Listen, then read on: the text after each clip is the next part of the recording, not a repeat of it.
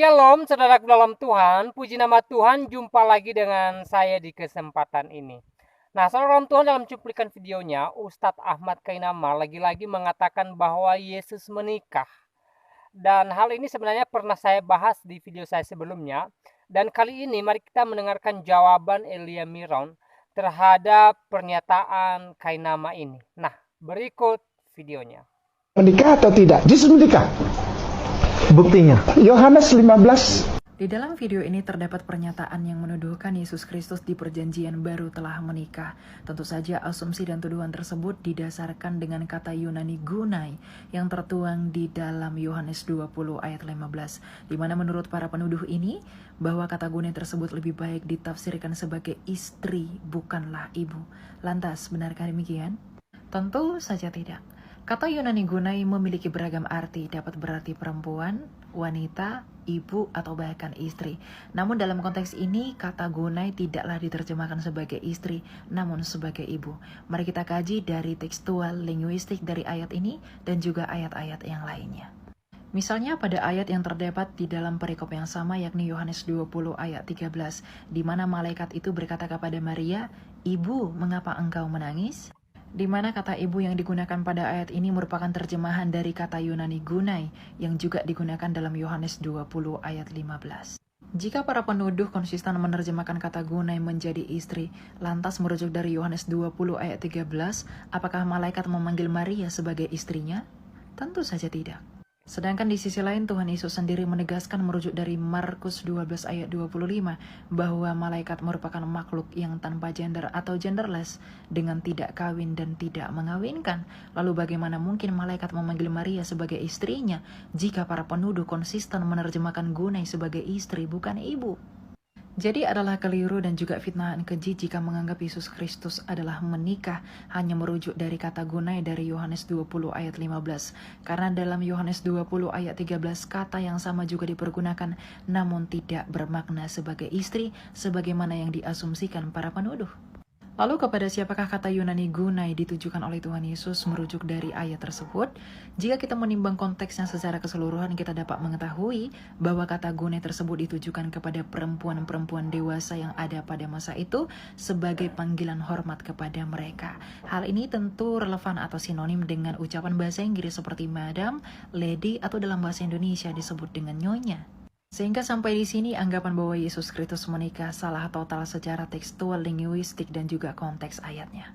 Di sisi lain, beberapa orang yang tidak bertanggung jawab juga menuduhkan bahwa Yesus Kristus menikah karena ia adalah seorang rabi, di mana mereka beranggapan bahwa syarat menjadi rabi haruslah menikah. Hal ini juga merupakan anggapan yang keliru, karena hidup selibat atau tidak menikah dalam Yudaisme di zaman Kristus bukanlah hal yang asing. Di mana dalam sejarah kita dapat menemukan rabi Yahudi yang tidak menikah atau memilih untuk hidup selibat yang bernama Ben Azai. Hal ini dapat kita temukan di dalam tulisan Yebamot 63b nomor 19. Bahkan Yohanes Pembaptis yang adalah nabi terbesar juga tidaklah menikah atau memilih untuk membujang. Bahkan Rasul Paulus yang adalah seorang rabi yang dikenal dengan Rabi Saul yang adalah seorang Yahudi juga tidak menikah pada masa itu.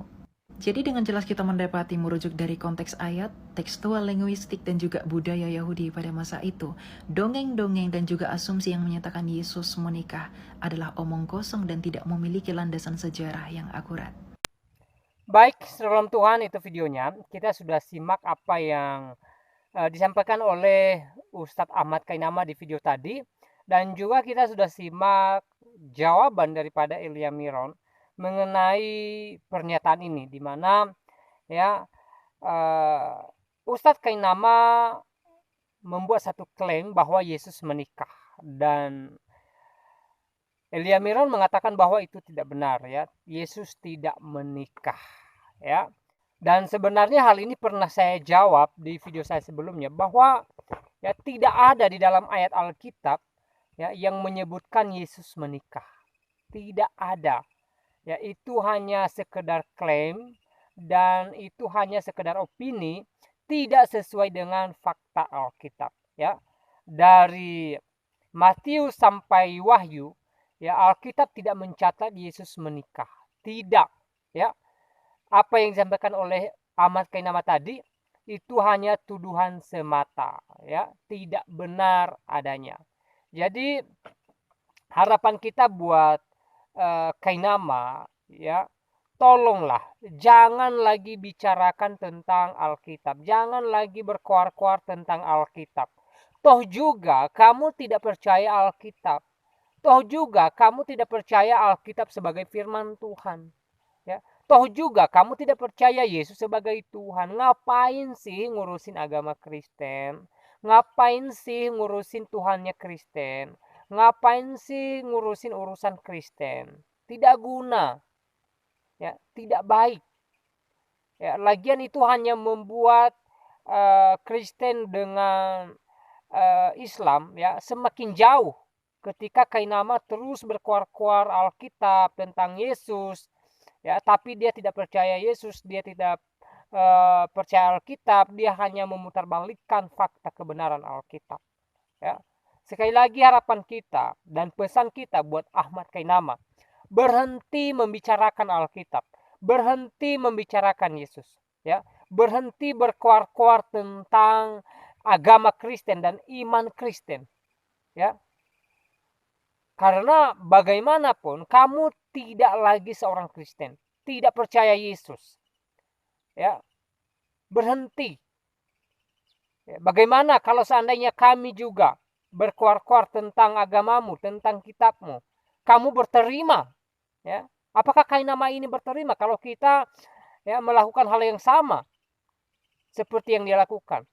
Tapi ingat, Kristen tidak bakalan melakukan itu, ya, karena kami menjaga kedamaian dan kerukunan, ya, dan lagian tidak ada gunanya, ya, buat juga para pemimpin agama kita di Indonesia ini, ya, supaya mereka memperhatikan hal ini. Jangan terus membiarkan orang-orang semacam Kainama ini membicarakan agama orang lain, membicarakan Kristen, membicarakan Yesus, tapi ujung-ujungnya memutarbalikkan fakta sejarah, ya.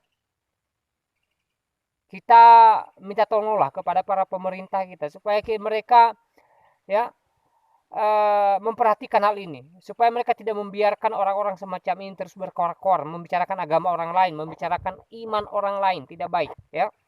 Nah, saudara dalam Tuhan, ya, selebihnya saudara bisa tanggapin. Silakan tulis tanggapan saudara di kolom komentar. Berikan tanggapan yang baik, yang positif, terutama tanggapan yang memuliakan Tuhan. Tuhan Yesus memberkati kita semua. Shalom.